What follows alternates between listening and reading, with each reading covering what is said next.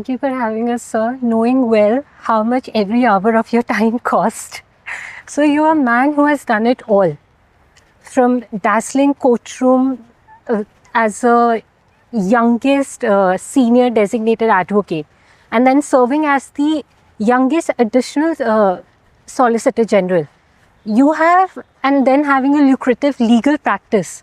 I think you have done it all, and it's very difficult to fit it into one introduction of all what you have achieved.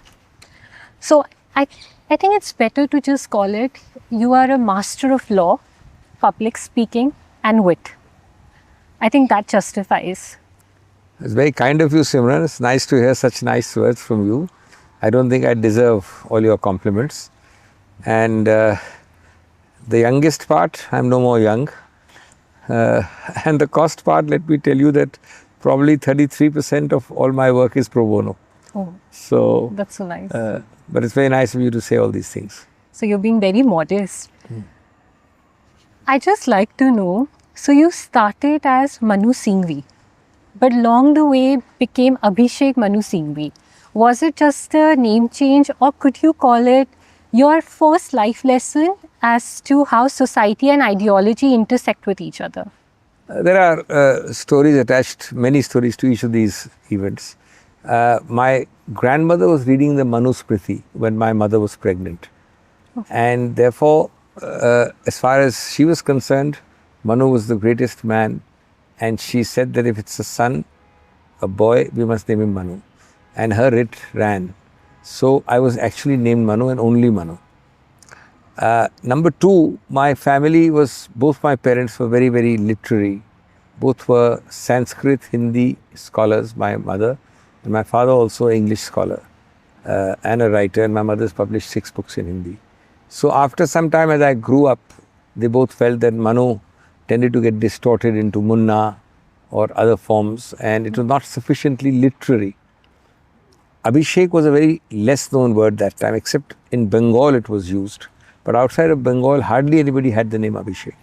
And they chose that. So I think somewhere around 14 or 13 or 15, I was named Abhishek. But Manu was retained. Okay. So by a formal name change, it became Abhishek Manu Singhvi. Now the last is the interesting story about the Manu. When I finished my studies from Cambridge, Trinity College, I somehow got for a few months this crazy thought in my mind that the best area of law practice is excise law. So I asked my father, I said, where should I join? He said, the number one chap in excise law is Ravindra Narayan of the then reputed JBD firm. So a young idealistic chap, I landed up, and the first person I encountered in the Connaught Place office of then JBD on my first day was a lady sitting there. And I came and sat in the same waiting room, and I was trying to be nice with her, and I said, I'm so-and-so, etc. She just didn't smile, she looked at me. And I turned out later we became good friends, but she was Nandita Haksar, incidentally the daughter of P.N. Haksar, an activist and a well-known activist on many different areas. So after glaring at me for 5 full minutes, she says, so you are Manu Singhvi. You must change your name immediately. Manu was that tyrannical person who said a woman is always dependent on a man, in childhood on her father, in youth on her husband, in old age on her son.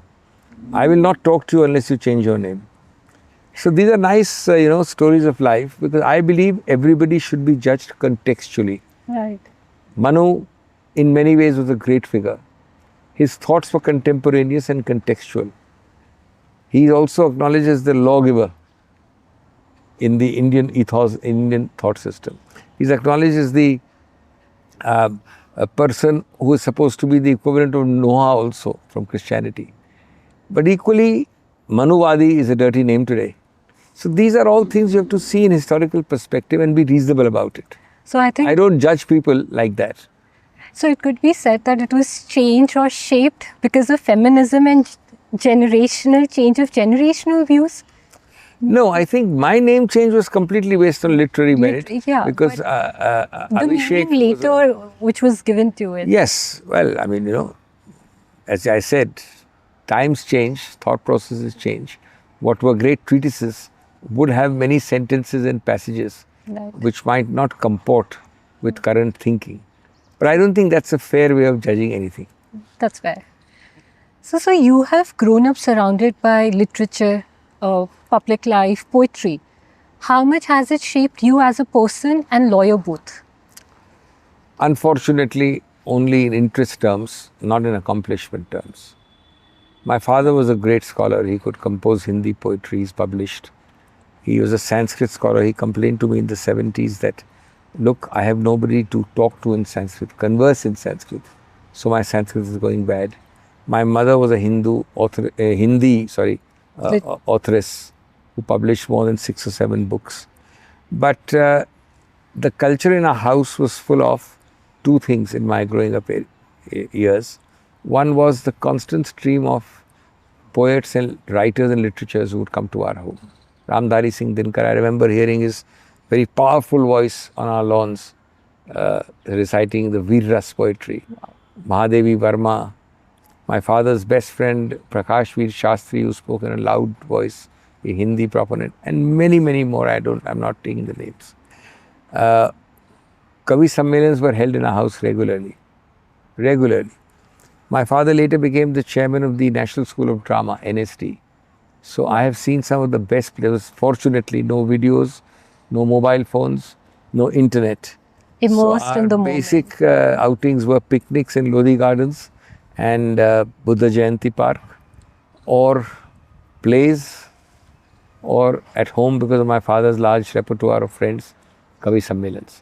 But those were fantastic times. Mahabhoj and Mukhyamantri are 2 plays, I think the likes of which I've never seen earlier. And all these people, many of them used to come to our house, Om Shivpuri, Bajaj, even the other present Bollywood actors and all. So that was a different era. Life was different. And I cherish that. I love those things, but unfortunately, I'm not as accomplished as my parents were. I speak good Hindi, I can write good Hindi, but I wouldn't call it a literary one of the kind I would like to. Could I say that before law claimed you, theatre did? Because I think you did theatre as well.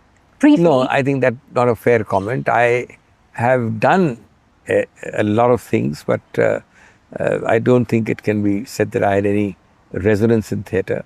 It started like this, that because of my interest in National School of Drama, I always tried to dabble. And we were living in a house opposite the India International Centre, which was my second home. A very accomplished and a talented person, the son of the great Al-Qazi, Faisal Al-Qazi, also was into theatre. And he started an IIC theatre club, of which I was a nascent member. So I did my one and only play on IIC, A Slow Tomorrow, where I played the role of Halim. But I soon realized that is not my core competence. Just like trying to learn the piano, etc., was also not my core competence, though I dabbled in all of this in my early years. But I think law, because you went to law, and I think law is an intersection with various, a lawyer cannot be said someone who just confined to law. So all these aspects of life, one way or the other, they have contributed for you. Oh, absolutely. I entirely always believe that no part of your life, no part of what might be seen as an eccentric or a deviant activity is ever a waste. It adds to your knowledge, it adds to your personality, it adds to your growth as a human being. I'm married to a very accomplished singer, but I've always loved Bollywood music on my own. So nowadays I indulge myself in actually singing, although privately and in a low-key way. When I was doing a PhD in law, everybody except my mother kind of discouraged me because a PhD in law is wholly unnecessary. Very few people do it and it's considered a waste of time. And even my father, who was himself a PhD in law, started saying after some time that, look, why are you wasting your time? I don't get into practice. But I realized after joining practice, it's not a most wasted moment. There was a deeming fiction of erudition and knowledge in me because I had a PhD. There was an acceptability and a resonance which I had not expected when I was doing a PhD. So the point I'm making is follow your interests and do not think that what might seem contemporaneously as a waste of time is actually a waste of time. It adds to your experience, to your thinking, to your to your career even, in ways unknown and mysterious and strange. That's really profound what you said. Uh, so now we go back to law. You are known someone who can turn complex briefcase into bullet points. And majority of the time, I think all of us, all lawyers, one time have gotten bashing from their seniors saying you've not read your files properly or you don't know how to read your files. What would you suggest? What is the way to read files, not just thoroughly, but intelligently? The first is to remember that law, as in many other professions, is 99% perspiration and 1% inspiration. As they say, there are substitutes for Harvard. There is no substitute for hard work. Number two, remember that when you stand trembling in your shoes before a judge or in court on your first, second, fifth, 10th case, your best friend is not your parents, is not your fiancé or husband, is not your party-going friends the previous night. It's the amount of work you put in the previous night on that brief. That's your best friend. Right. Being a very young senior advocate and additional solicitor general, I faced on a daily basis a Venugopal or a Nariman or a Soli. And I realized that on standing up to them, the best friend is only this. Third, I think, and this happens over experience, doesn't happen by a push button on the first day. The heart of reading a file is to separate the wheat from the chaff. So very long seeming files have only got 10 or 20 relevant facts. Right. So you need to, by practice, as you do more and more, you kind of realize how those are the relevant facts, and then to build your case on them. And always to build your case first on the facts, because law and jurisprudence is based first and foremost on facts. Law comes later. And fourthly, I think speed reading is a self-preservatory art, which if you can develop is a good idea. So I don't think you should make much of it. You have to just kind of put your nose down to the grindstone and start being methodical. And I'm happy you mentioned the points, because I call myself the inventor of pointillism. See, it's easy to make fun of it, but it's difficult to be pointed, because pointed means precision, and precision means brevity. And brevity is always very difficult to achieve. So you force yourself to identify in the descending order of importance what you think the judge will appreciate most, second most, and third most. And then that becomes pointillism. It also prevents a lot of waffling and rhetoric.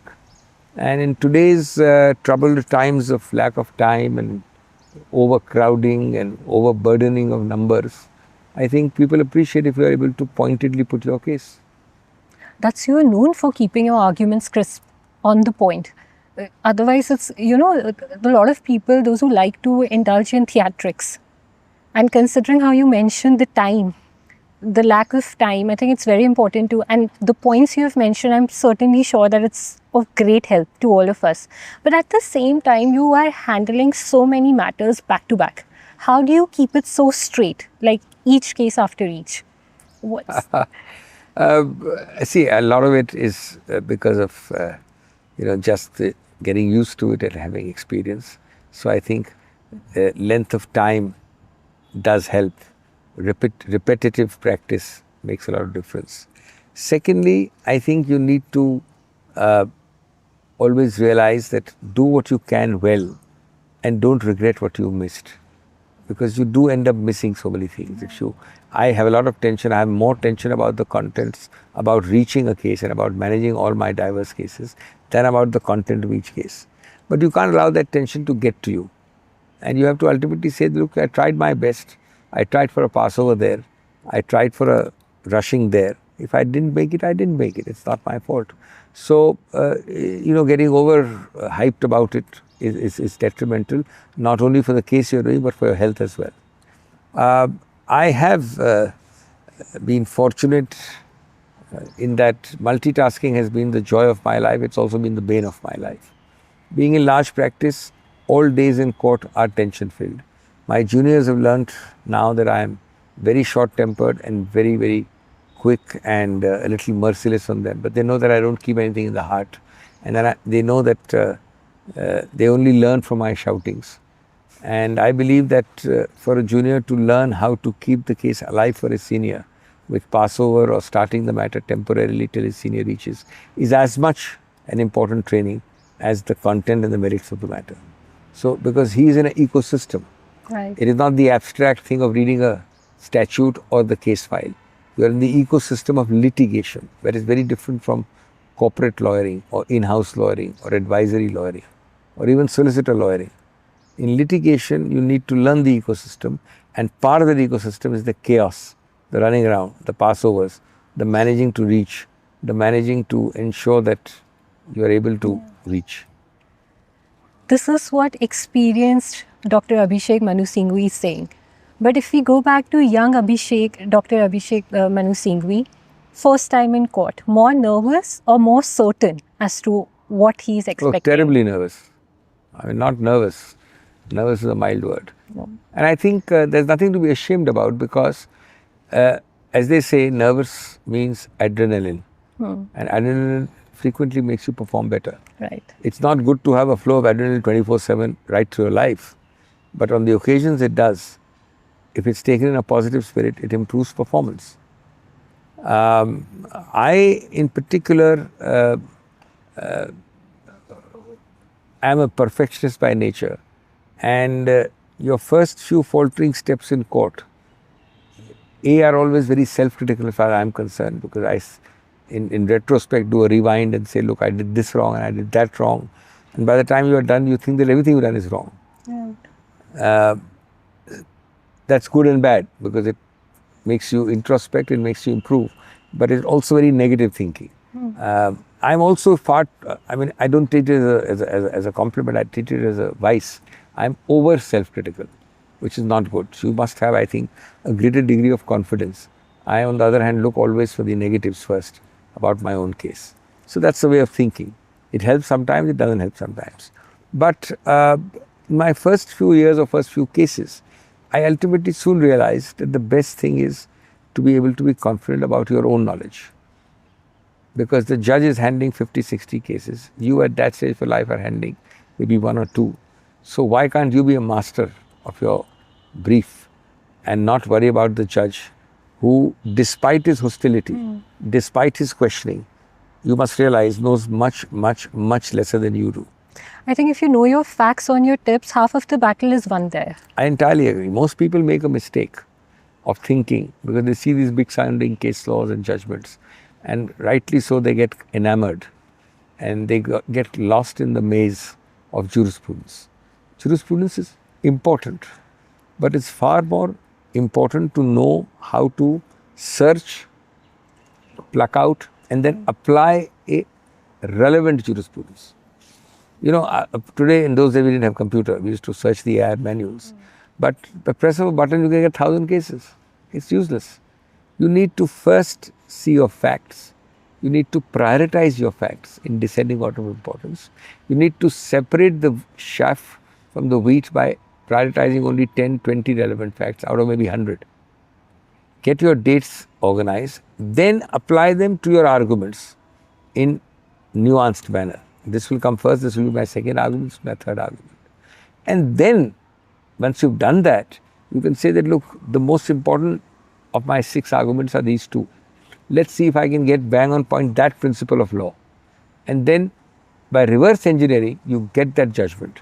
Rather than be enamored of 20 principles of law which you're trying to fit into your case. Right. Your facts come first, your fitting in has to be with the law. I think this has become the master class for litigating lawyers. Like you are revealing all the secrets of great lawyers. Do you remember the first time judge had really cut you down to the size? I think Yes. I remember it was a very bad experience, and I will not name the judges. They were good friends later. But in the Delhi High Court, before a bench, in my very first few days, I was rebuked. And I was rebuked partly for something I was always fearful about. Namely, I was not such a master of procedure.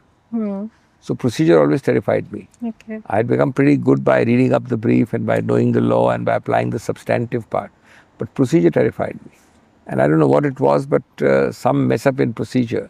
And the judges rebuked me, also because I was literally in my first week or first 10 days. And I remember how I was smarting and my ears got red. And I kept smarting till I went out. Madan Lokur, who later on became Justice Madan Lokur, who by the way was a standing counsel with me when I was the ASG for Delhi High Court, extremely fine man. And later on he succeeded me as ASG from being standing counsel. Did some hand-holding and kind of consoled me. But you have to learn not to take it to heart, because judges also tend to say it in the heat of the moment and then they forget about it. But I think judges, if they know that the chap is newish, should be a little gentle. That's all I think. I mean, otherwise it's good to go by the test of fire and good to know that you are wrong. But it helps to not to demoralize you or not to destroy your confidence. But it instills fear also in some of the young lawyers or fresh law graduates, because you are not taught this part of the law in the law school. Like, you have read the law, but the art of courtroom, that's you experience when you step into the court. Absolutely. So what advice or suggestion would you give for the young lawyers? Like, well, not to take this to their sound heart. didactic or updeshwadi, but I think long term, if you follow a few things, it helps. One is, don't appear to be brash and Mr. Know-all or Mrs. Know-all or Miss Know-all. 2, have humility. 3, the humility must be backed by solid supreme confidence, which in turn 4 comes only with knowing a brief inside out. That gives you a solidity and confidence which nothing can equal.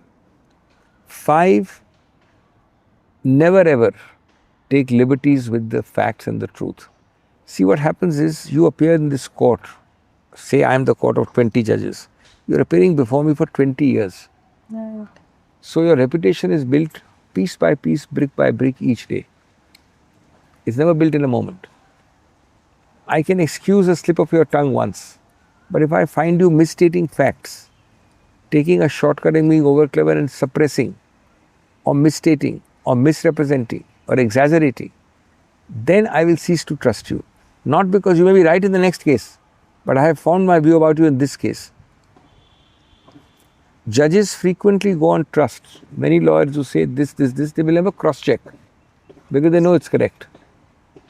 If I have to cross-check you in everything, that's not good for your long-term development as a lawyer. So I think being straight helps.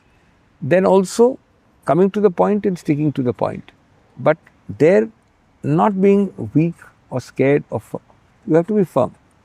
You have a point. There are judges who will try to override you. There are judges who will try to maybe, dominate you. And judges are human beings, they are wrong also. Right. So you have to stand your ground.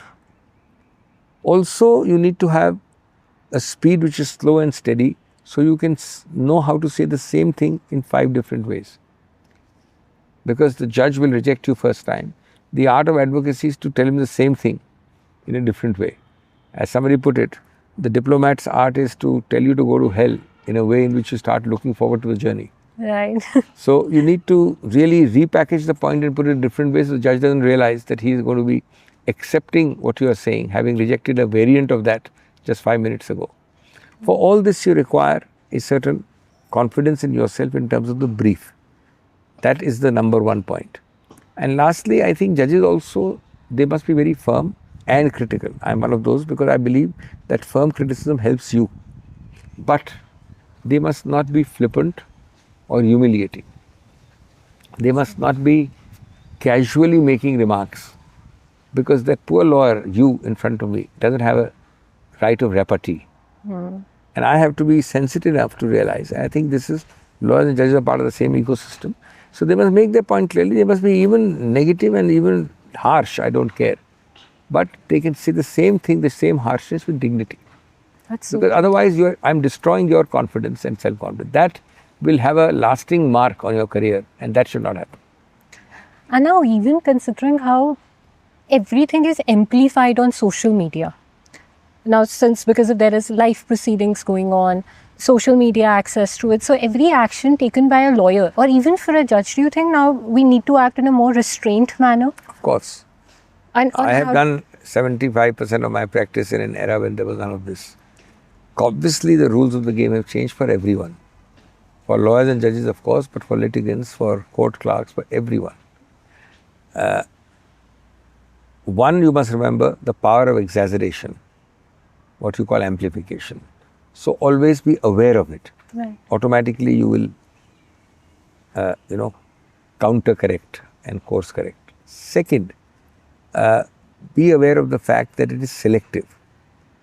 So understand that when you say a sentence, how just the last 3 words of the sentence plucked out selectively can completely distort the meaning of a sentence. Right. So say a sentence in a way that I cannot pluck out selectively and distort the meaning. Because the great art of social media is to distort the meaning by selectively plucking out a fractional part of what you said. And standalone, it sounds very different from what you meant. Third, I think social media can be very superficial and very transitional. So always in the reverse order, counter check your facts before you rely on social media. It's true. And fourth, even more, this whole thing of AI, I believe it's a great tool. I use it myself. It's a great slave, but always use it like a slave. Do not move ahead on it without counter checking, cross checking. The other day I was giving a speech, I wanted to check up some facts. I did it through ChatGPT. It's a great help. It's a great slave. That's what it's meant to be. But then I immediately thought that, look, I knew those facts were correct, what was answer to be. But I still got it checked up because I don't trust you entirely. And that's the way it should be. So these are things which you must learn. A lot of people are taking shortcuts now as juniors. That shortcut should not mean that you leave your power of rationality. Like you mentioned about AI, so if given, what is that one in law or governance which you would want that AI should take over? Like one thing where AI would be really good at, No, I am. and another, and another thing where you think that AI should not have control at all, it should always be the humans. There are no absolutes. I think these areas go into shades and then merge ultimately. But for most things, I would say, almost all things I would say, including the extreme example of a robo-judge sitting next to a human judge. Ultimately, in gradual phases, not now, it has to be a gradualism to it. You know, we didn't achieve internet perfection in Google within 2 years or 1 year. It took 10 years to stabilize. Right. Same way, ultimately, I would say there should be no no-go area for AI. Subject to condition number 1, it has to be kept as a slave.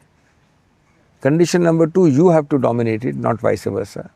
Condition 3, even in the extreme cases, it is only a speed assister and a provider, not the final voice. So, for example, there are already simulations that you will be maybe in 5 years, maybe in 10 years, sitting across a room where a robo-judge is hearing. After you finish, and there's a real human judge in the back room. Towards the end of he also hearing you. Towards the end, he will come and sit with the robo-judge. Now, the advantage of this is that the robo-judge will give you he'll give the human judge 3 alternative judgments, which are the best in the circumstances. But thereafter, the judge has to be intelligent enough to only use the material and come to his own conclusion. Now, I don't see any harm in that so long as the rider of the horse is a dexterous rider. It's an unruly horse. Right. So, if you give a foolish rider, which translates into a not so good judge, then it's your problem. It's not the AI's problem. These things require skillful handling, but they are very useful tools. So, even I have read somewhere that I think it's an American Bar Association, what they have done is they have gotten an AI arbitrator. For the construction law, for example, they have fed at least 15, I'm not sure on numbers, but let's just say they have fed 1500 awards of the similar matter, so that it could present the award on those particular cases only, of 1500 awards which has already been fed to it. But like you said, I am not sure if they have a human arbitrator there to actually, the intention is to replace human arbitrator with the AI There I will not altogether. agree. And that, You see, there a lot of areas you can have replacement. Repetitive, by rote, uniform, similar or identical activities you can have. For example, registry work, batching matters. right. Various examples I can give. I wouldn't object provided the software is of a advanced kind. However, ultimate judging I would not. That's why I've always given example, even the extreme example, the robo judge must have a final word with the human judge. Now, the sample selection of the data which the robo judge has necessarily will be finite. Necessarily doesn't have the intuitive grasp which a human judge can have. Right. You see, you can go to the last mile, but the last end for a criminal matter, there is an intuitive approach by which I convict you or acquit you. True. So that ultimately, these are good for providing the human judge with the templates, with the materials, with judgments, with jurisprudence, with reasoning. But then he has to bounce it off him. It cannot So be it a requires, replacement. absolutely, I'm very clear about it. Which was, I mentioned arbitration. You are one of the, like, you were present there when how the modern arbitration has unfolded with the Renu saga. How is it today, and how much it has gone in the way you viewed it at that time? Well, I had the privilege of appearing in almost all the important cases of the, not the arbitration, but the litigation on arbitration, which emanated from the Delhi High Court and the Supreme Court. And Renu Sagar, of course, the most famous one. I did 2 rounds of it, which means 6 rounds. Twice it went to the Supreme Court, so 6 rounds from Bombay, etc. But a lot of other cases, Tresser and this, that. And these are all well before the new act. And after the new act, of course, you've done another set of cases. I unfortunately have got disillusioned with this branch of law. The law setting is very good. I like the fact that I've set the law in the judgments which I've won or lost, but the law has been settled. That's the law on arbitration. But what I feel very dejected and disappointed about is the arbitral process. That I'm not at all enamored of. According to me, the way for the future is mediation. Arbitration, unfortunately, has become a pre-litigation litigation. It is adding, you have a litigation of level 1, level 2, level 3, level 4, takes you 20 years. You add one pre-litigation level, which is arbitration. That is never what is intended to be. Now we have this brand new act, but there are enough problems with it because it's adjudicatory. It imposes a result on you, which is not liked by me. So it goes into other levels. That's the big plus point of mediation. It doesn't impose a settlement. Right. So I think you cannot do away with it. For complex matters, it is going to be there. But the arbitral process requires a lot of overhauling.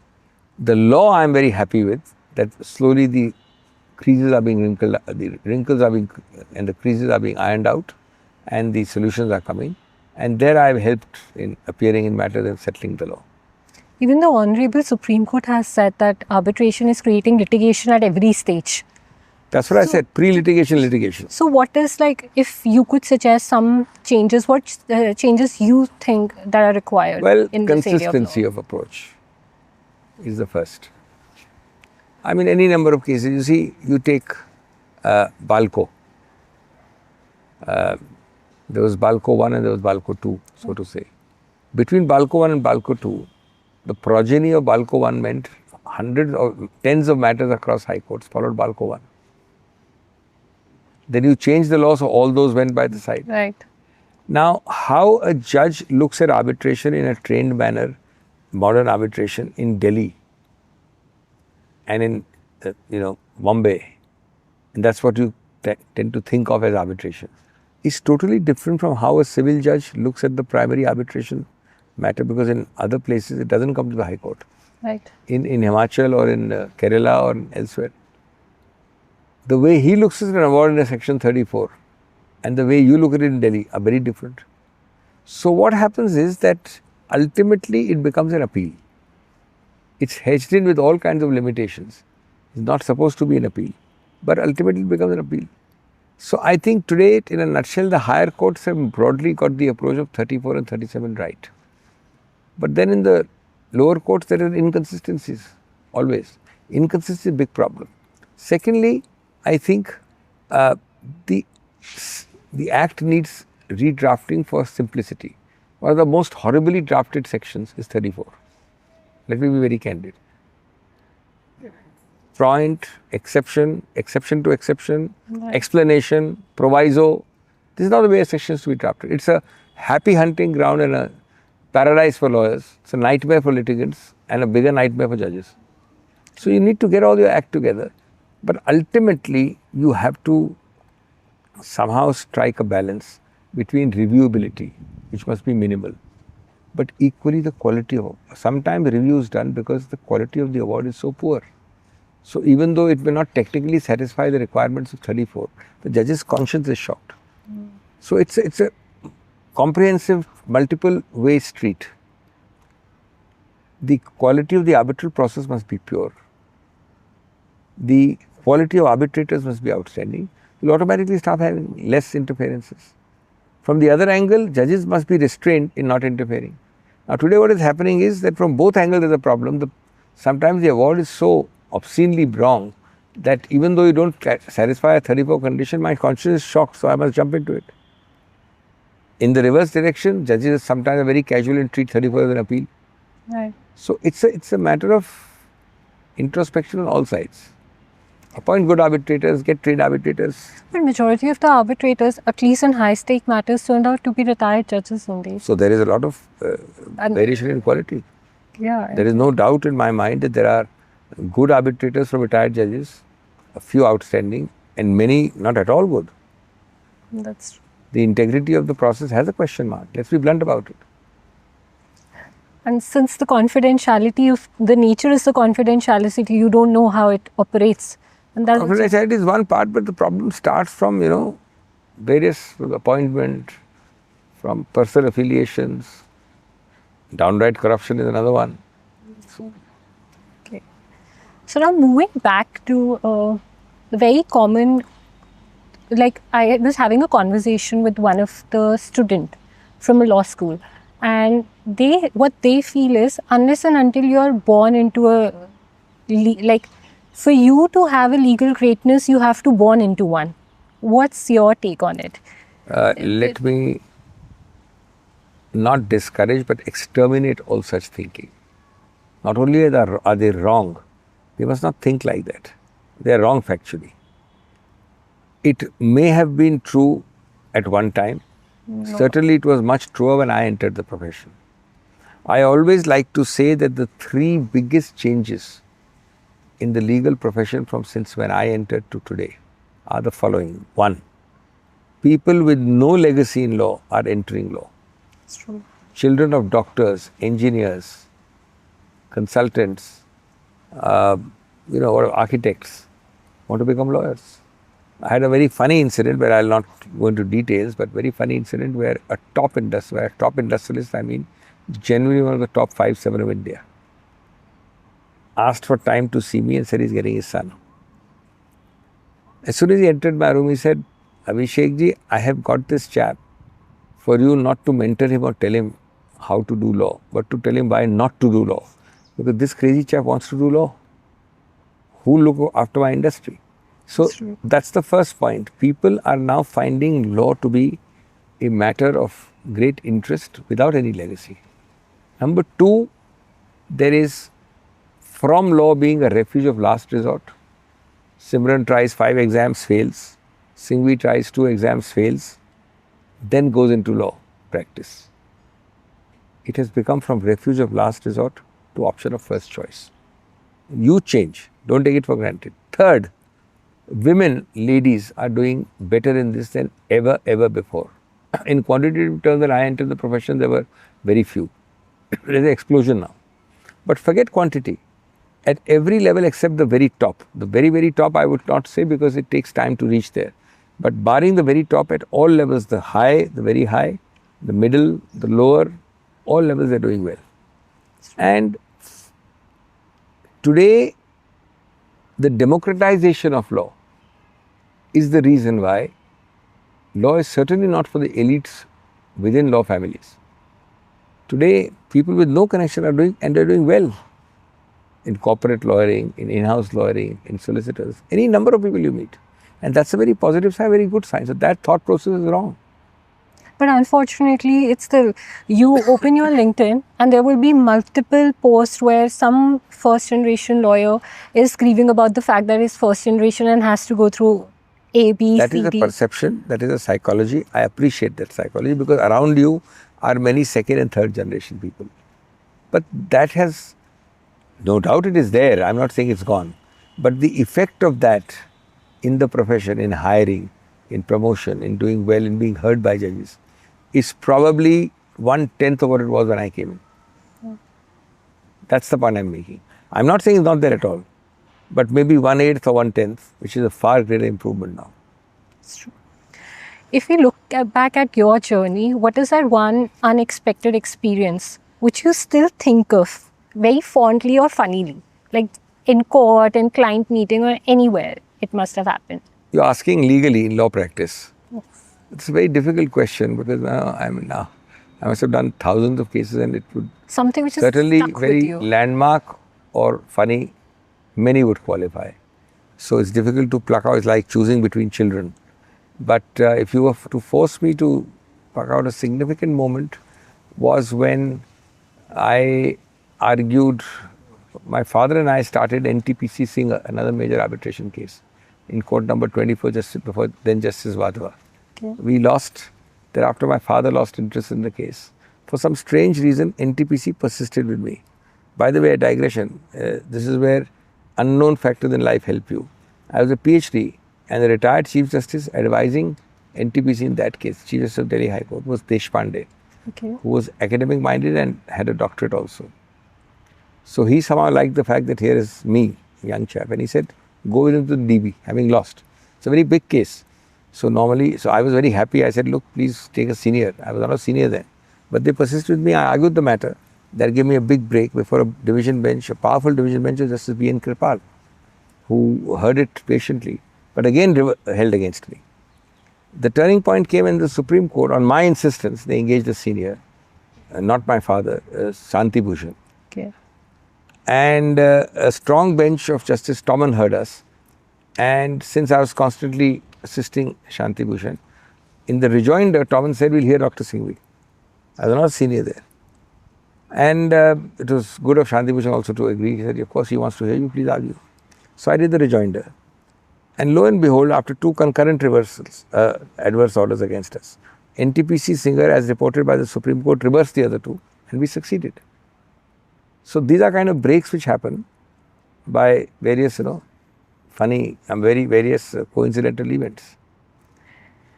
If you are a legal stalwart and there are others around you, what is that one common quality which you find in yourself and your peers that's like, which...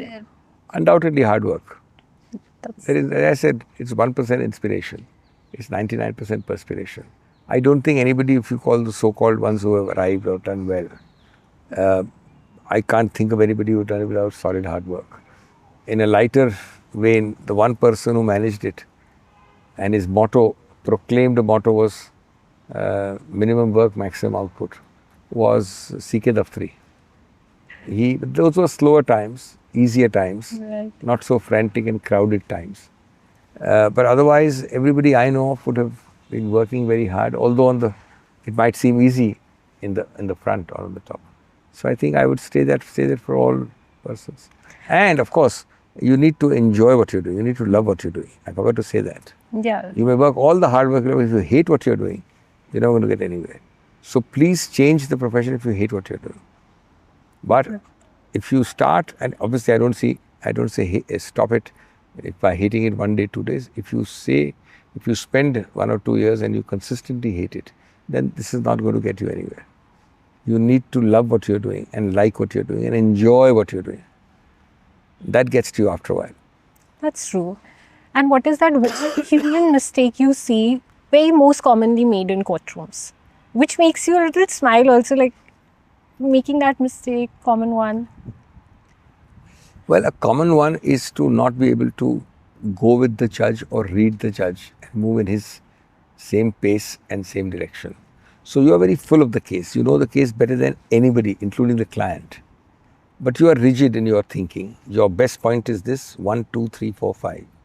Now, for example, if a judge is enamored of point number 4, Right. where you have a weak case, there's no point flogging 1, 2 beyond a point. You must have a plan B to put the question on point 4, which is against you prima facie, in the right way. So you have to flow with the tide. I'm talking of advocacy and litigation. I'm not talking of chamber lawyering.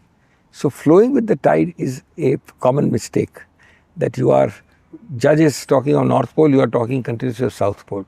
Judge is going north, you are going east. So that you need to tune and sync.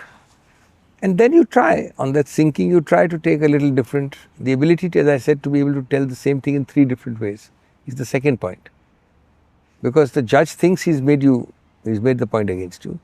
You must be quick to absorb that point and approach the same result through a different pathway. You'll be surprised how many times the judge accepts a separate pathway with the same result. You need to know the nerve of the judge. Exactly, that's the right phrase. Most of the time, like initially, it's always seen, whenever you get a new matter, you have to see before which judge it is coming. So you need to understand the psychology of that judge. That's the negative part of what I said. I was saying the positive part, but the negative part is that today you have not one but at least 10 Supreme Courts in the Supreme Court. So judge subjectivity is something we have to live with. We have to flow with that tide. We have to know the nerve, but it's not a good thing. When I said you need to flow with the tide, I meant advocacy skills. Right.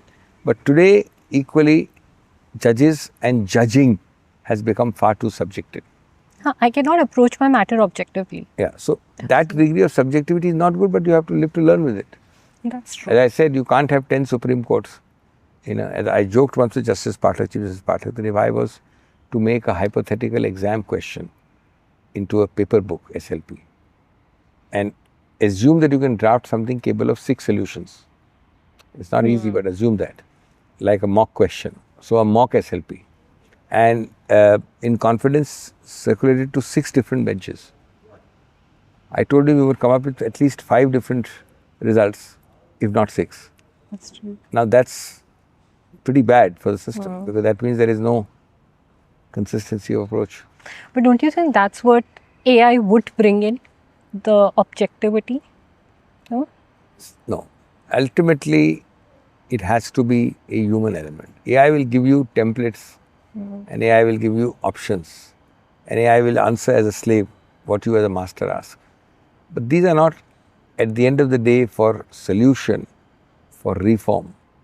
AI should not be allowed to cross that red boundary flag.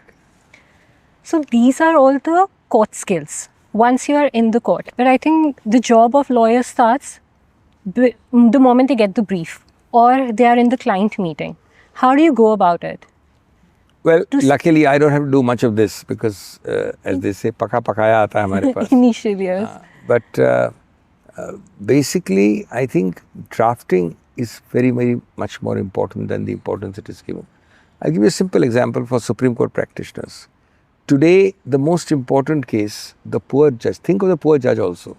The fellow is sitting with 55 to 60 cases, or at least 50 cases. Many may have read earlier, but there will be new ones. He has only 2 things before him, which he can apply his mind to. One is a judgment, which obviously is against you because you are the petitioner. Right. What else does he have to see your point of view? You have a briefing advocate, you have the client. Does he have that? No. He has his clerk. Right. The clerks are not necessarily always accurate or good. So the first important thing, I'm talking of Supreme Court or even in High Court, the primary matters where you are petitioner, you are underestimating the power of the synopsis. If you are lucky, the judge will read your synopsis. That's the only thing you will read apart from the inferior order. Do you know that how many lawyers fail in not making a synopsis like a written submission? They make a synopsis like a khana purti, like a काम करना है. But उस synopsis के आधार पर निर्णय देने का निर्णायक एक स्थिति आती है जिसमें कि जीतने और हारने का फर्क पड़ता है. क्योंकि जब जज पढ़ता है वो हाई कोर्ट का ऑर्डर या निचली अदालत का ऑर्डर, उसके बाद जो उसका विपरीत मत है वो सिर्फ आपकी सिनॉप्सिस से मिलता है. So tell me how many synopses are drafted as written submissions. See, a synopsis like a pleading is useless. Really. Because you might have to read the whole file, for which he doesn't have time. You must draft it like a pleading with pointed things. So I now, when files come to me for settling, I never settle anything except the synopsis. I said, if you got it right in the synopsis and it can't exceed 4 pages, maximum 5 pages. Everything. And if the judge is not moved by your first 5 points, then your 6th, 7th and 8th point buried deep under in the SLP is not going to make a difference. So you must be able to point out why the impugn order is erroneous in the synopsis, made like a written submission, not like a pleading, and concisely put in 4 pages out. Most people start doing it after they reach me and after they file. That's wrong. No, what they do is they'll draft the main pleading, and after that they'll go and just. And like a pleading, not like a written submission. Yeah, that's true. That's a very fair point, actually. You're a politician and a lawyer, both. Has there been a time where you were like, because of your political duties, you could not take up a Hundreds case? of times. I used to keep a list. I have suffered huge professional and monetary prejudice. My own doing. I'm not complaining against anybody. Because not only have I been conflicted, that's all right, that you do all the time.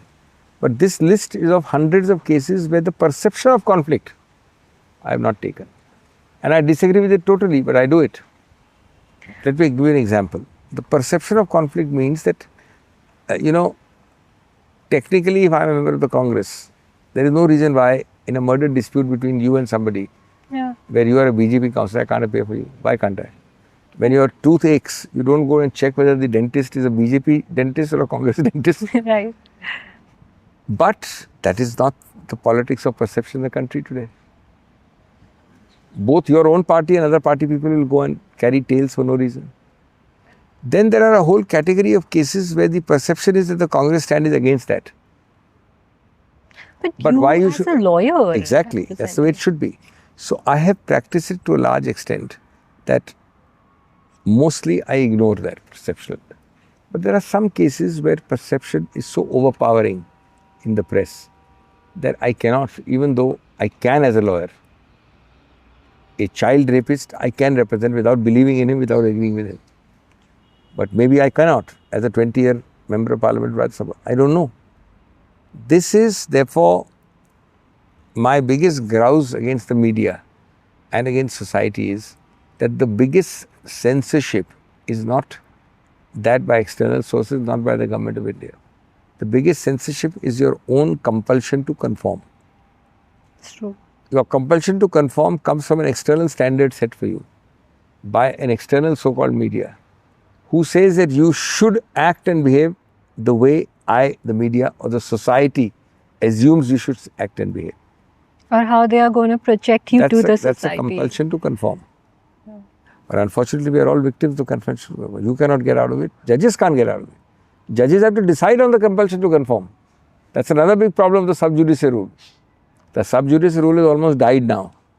But a part of the sub judice rule is overridden by the compulsion to conform. अरे अगर मैंने ये निर्णय दे दिया तो समाज क्या सोचेगा?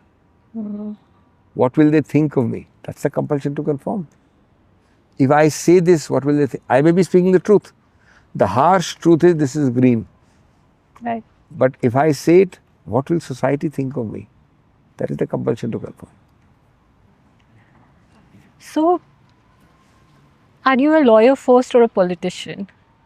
Oh, clearly a lawyer first. You're a lawyer first? Okay. My strength in politics is that I'm an insider-outsider. I'm not an insider-insider. Of course, I'm not an outsider-outsider. But I keep a little distance from it and that increases objectivity. Also being in law increases my strength in politics because your strength to walk away, your strength not to be dependent exclusively on politics is a big strength. People make fun, people are jealous, people decry. But ultimately, the fact that I am not entirely dependent on this gives me a strength which every politician may not have.